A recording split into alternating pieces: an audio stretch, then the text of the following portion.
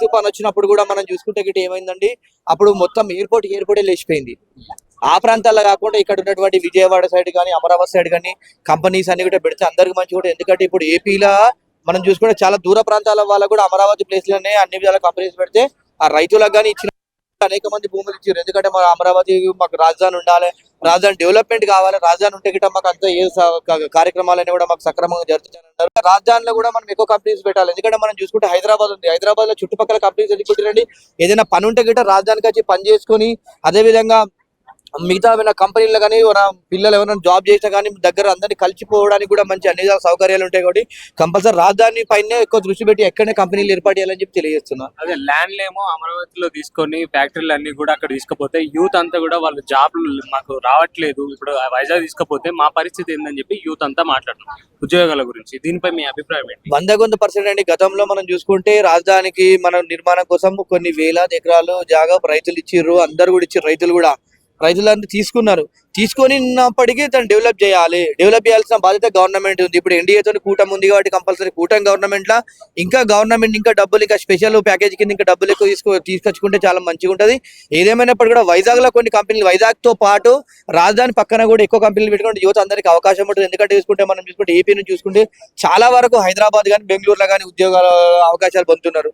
అదేవిధంగా ఇలా ఏపీలో కూడా ఉద్యోగ అవకాశాలు కల్పిస్తే కూడా అందరూ కూడా అందుబాటులో ఉంటుంది, రాష్ట్రం కూడా డెవలప్ అవుతుంది, కంపెనీలు రావడం కూడా రాష్ట్రం అభివృద్ధి వైపు నడుస్తుంది. కాబట్టి కంపల్సరీ ఫస్ట్ ముఖ్యంగా ప్రియారిటీ అయితే గిట్ట రాజధాని ఇవ్వాలని చెప్పేసి నేను కంపెనీలు రాజధానికి తీసుకురావాలని చెప్పేసి నేను అమరావతిలో తీసుకొస్తే బాగుంటుంది అని చెప్పి నేను తెలియజేస్తున్నాను. అలాగే టొబాకో కూడా దాదాపుగా 40% జిఎస్టీ, అంటే జిఎస్టీ పరంగా మన కేంద్ర ప్రభుత్వం అనేది దీని మీద కేటాయించడం జరిగింది మన ఏపీ పరంగా టొబాకోలో.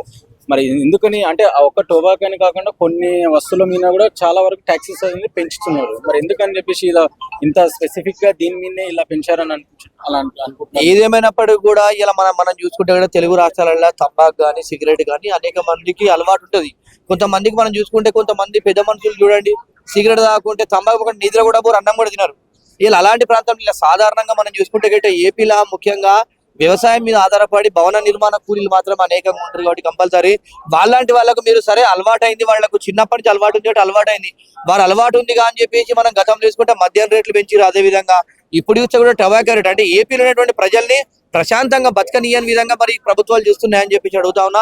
ఏదేమైనప్పుడు ప్రతి రేటు కూడా ఒక డెవలప్మెంట్ లేని, అభివృద్ధి లేని రాష్ట్రంలో పెంచుతారు, అభివృద్ధి రాష్ట్రాలలో పెంచాలని చెప్పేసి నేను అనుకుంటాను. ఇప్పుడు ఇలా మనం చూసుకుంటే తెలంగాణ ప్రాంతం కానీ, బెంగళూరు కానీ, ఢిల్లీ కానీ అట్లాంటి రాష్ట్రాల్లో పెంచండి. ఎందుకంటే అక్కడ రాజధానులు ఉన్నాయి, అన్ని నిర్మాణాలు డెవలప్మెంట్ అది. కొత్త రాష్ట్రాన్ని తీసుకున్నప్పుడు కొత్త రాష్ట్రంలో ఎలాంటి సదుపాయాలు, ప్రజలు కూడా అనేకమైనటువంటి జీవనాధారం లేనటువంటి రాజధాని ఇక్కడ, అసలు పని దొరకనటువంటి రాజధానులు ఉన్నటువంటి ఆ ప్రాంతాలలో ఇలా రేట్లు పెంచే ప్రజలు ఏం కావాలి అంటే స్పెషల్ ప్యాకేజ్ ఇస్తారు అని చెప్పేసి సెంట్రల్ గవర్నమెంట్ దగ్గర నుంచి మరి డబ్బులు వసూలు చేయాలని చెప్పేసి మరి ఆ విధంగా మీరు ఆ ట్యాక్సులు పెంచురా ఏదో అర్థం కావట్లేదు. ఏదేమైనప్పటికీ కూడా ఏపీలో సాధారణమైనటువంటి ప్రజలు బతకడానికి కోసము అసలు ఇలా భారంగా మారింది.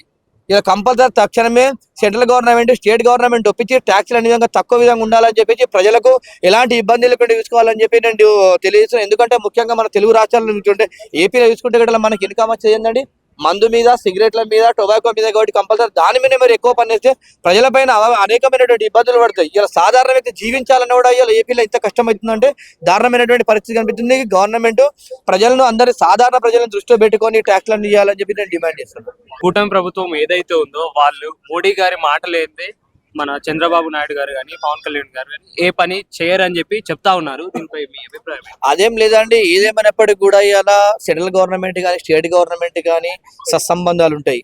ఏదేమైనప్పటికీ కూడా ముఖ్యంగా ఇలా హైదరాబాద్ తెలంగాణ ప్రాంతం నుంచి ఏపీ విడిపోయినప్పుడు అక్కడ ఒక శ్మశానం లేకండి ఏం లేదు రాష్ట్రానికి అసలు డెవలప్మెంట్ ఏం లేదు, ఒక భవనం కూడా లేనటువంటి పరిస్థితుల్లో ఇలా రాష్ట్రం విడిపోయినప్పటికీ ఎప్పటికైనా కూడా సెంట్రల్ గవర్నమెంట్, ఏ గవర్నమెంట్ అని ఉండాలి, కూటమి గవర్నమెంట్ ఏది ఉండాలి, స్పెషల్ ప్యాకేజీ ఏపీ రాష్ట్రాన్ని డెవలప్ చేసుకోవాల్సిన బాధ్యత సెంట్రల్ గవర్నమెంట్ ఇది. ఇలా ఏనాడైతే 10 సంవత్సరాలు హైదరాబాద్ నుంచి తెలంగాణ నుంచి మేము విడిపోతామని చెప్పేసి వారు సంపాదించి వాళ్ళు కూడా కష్టపడి ఇలా తెలంగాణ ప్రాంతాన్ని ఉమ్మడి ఆంధ్రప్రదేశ్ డెవలప్మెంట్ చేసి హైదరాబాద్ కూడా అలాంటి ప్రాంతాలు అక్కడికి ఓన్లీ ఏం లేకుండా వట్టిగా పోయి ఒక నిర్మానుష్యం ప్రాంతాన్ని పోయి రాజధాని నిర్మాణం చేసుకోవాలంటే చాలా కష్టమవుతుంది. కాబట్టి కంపల్సరీ సెంట్రల్ గవర్నమెంట్ కూడా ఇలా గవర్నమెంట్లకు రాష్ట్ర ప్రభుత్వాలకు కూడా మంచి సహకరిస్తూ గవర్నమెంట్ ముందడికి నడిపియాలా. ఏ గవర్నమెంట్ కానీ, ఎన్డీఏ గవర్నమెంట్ కానీ, తర్వాత ఇంకా ఇతర గవర్నమెంట్ వచ్చినప్పటికీ కూడా ఇలా రాష్ట్రాలకు సపోర్టు భారతదేశంలో ముఖ్యంగా ఏపీకే సపోర్ట్ చేయాలని చెప్పి నేను తెలియజేసిన. ఎందుకంటే ఆ లోటు బడ్జెట్ ఉన్నటువంటి రాష్ట్రం అంత ఇబ్బందికరంగా ఉన్న పరిస్థితులు ఉంది కాబట్టి కంపల్సరీ ఏదేమైనప్పటికీ కూడా రాష్ట్ర ప్రభుత్వాల మాటలు కూడా సెంట్రల్ గవర్నమెంట్ డెవలప్మెంట్ బాటలు నడిపించాలని తెలియజేస్తున్నా. అది ఏపీలో రైతుల పరిస్థితి చాలా దారుణంగా ఉందని చెప్పి మాట్లాడుతున్నారు. దీనిపై మీ అభిప్రాయం ఏంటి? ఏదేమైనప్పుడు రైతాంగాన్ని రాష్ట్ర ప్రభుత్వాలు కానీ సెంట్రల్ గవర్నమెంట్ కూడా కాపాడుకోవాలి. వీళ్ళు ఎందుకంటే రైతులకు గిట్టుబాటు ధర ఇవ్వాలా. రైతు రాజు అంటారు కలిసి చెప్పుకోవడానికి మాత్రం ఉంది తప్ప ఇలా రైతును రాజు చేసే విధంగా గవర్నమెంట్ తీసుకోవాలి.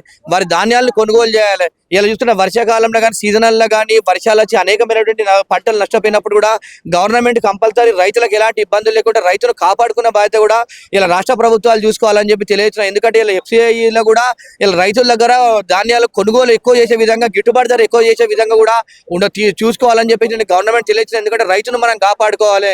ఇలా రైతును కాపాడుకుంటే రాష్ట్రం బాగుంటది. ఇలా రైతుకు సంబంధించినటువంటి నీళ్ళని ఇవ్వాలి. ఇలా రాష్ట్ర ప్రభుత్వాలు కూడా ఎలాంటి ఇబ్బందులు లేకుండా రైతుకు చిన్న నష్టం వచ్చినా కూడా గవర్నమెంట్ కాపాడుకునే విధంగా ఉంటే గిట్ట రాష్ట్రం ముందడికెళ్తుంది. ఇలా రైతాంగం మన ప్రాంతాలలో ఎక్కువ ఉంటుంది. మనం చూసుకుంటే గిట్ట 80% ఇలా వ్యవసాయం మీద ఆధారపడినటువంటి ఇలా కుటుంబాలు ఉంటాయి కాబట్టి కంపల్సరీ రైతులందరికీ కూడా రాష్ట్ర ప్రభుత్వం ఎలాంటి ఇబ్బందులు లేకుండా చూసుకుని రైతును ఒక రాజు చేసే విధంగా చూడాలని చెప్పి నేను తెలియజేస్తున్నా.